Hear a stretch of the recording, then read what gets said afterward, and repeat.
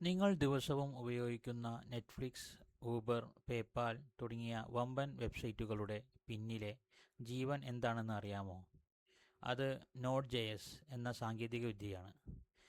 എന്നാൽ ലോകമെമ്പാടുമുള്ള ദശലക്ഷക്കണക്കിന് ഡെവലപ്പർമാർ ആരാധനയോടെ നോക്കുന്ന ഈ സാമ്രാജ്യം നിർമ്മിച്ച വ്യക്തി തന്നെ ഒരു ദിവസം വേദിയിൽ വന്നു പറഞ്ഞു, ഞാൻ ചെയ്തത് ഒരു വലിയ തെറ്റായിരുന്നു. ഇൻ്റർനെറ്റിൻ്റെ ചരിത്രം തിരുത്തിയെഴുതിയ റയാൻ ഡാൽ എന്ന ജീനിയസിൻ്റെയും അദ്ദേഹം സ്വന്തം സൃഷ്ടിയെ തള്ളിപ്പറഞ്ഞ് ഡെനോ നിർമ്മിച്ചതിൻ്റെയും അവിശ്വസനീയമായ കഥയാണിത്. വർഷം 2009. അക്കാലത്ത് ജാവാസ്ക്രിപ്റ്റ് എന്നത് വെബ് ബ്രൗസറുകൾക്കുള്ളിൽ വെറുതെ ആനിമേഷനുകളും ചെറിയ മാറ്റങ്ങളും വരുത്താൻ മാത്രം ഉപയോഗിച്ചിരുന്ന ഒരു സാധാരണ പ്രോഗ്രാമിംഗ് ഭാഷയായിരുന്നു. വെബ്സൈറ്റുകളുടെ ബാക്ക്-എൻഡ് അഥവാ സെർവർ കാര്യങ്ങൾ നിയന്ത്രിക്കാൻ ജാവയോ PHPയോ ഒക്കെ വേണമായിരുന്നു. ബ്രൗസറിന് പുറത്ത് ജാവാസ്ക്രിപ്റ്റ് പ്രവർത്തിപ്പിക്കുക എന്നത് അസാധ്യമായ കാര്യമായിരുന്നു. ഈ പരിമിതിയാണ് റയാൻ ഡാൽ എന്ന ഗണിതശാസ്ത്രജ്ഞനായ സോഫ്റ്റ്വെയർ എഞ്ചിനീയറെ ചിന്തിപ്പിച്ചത്. എന്തുകൊണ്ട് ജാവാസ്ക്രിപ്റ്റിനെ ബ്രൗസറിൻ്റെ തടവറയിൽ നിന്ന് മോചിപ്പിച്ചുകൂടാ?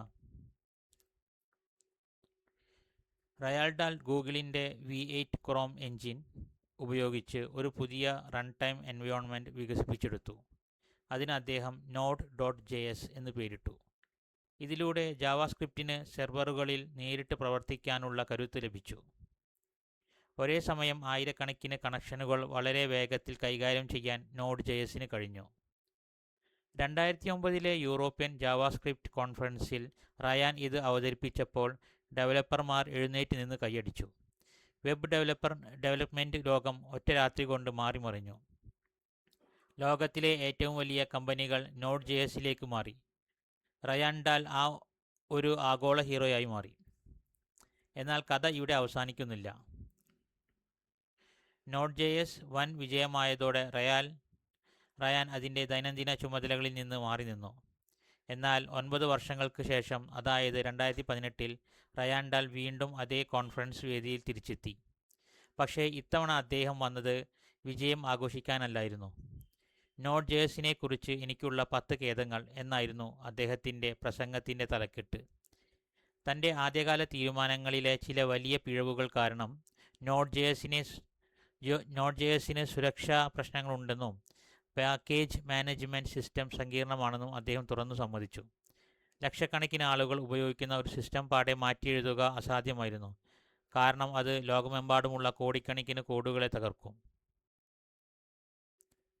തൻ്റെ തെറ്റുകൾ തിരുത്താൻ റയാൻ ഒരു പുതിയ വഴി കണ്ടെത്തി.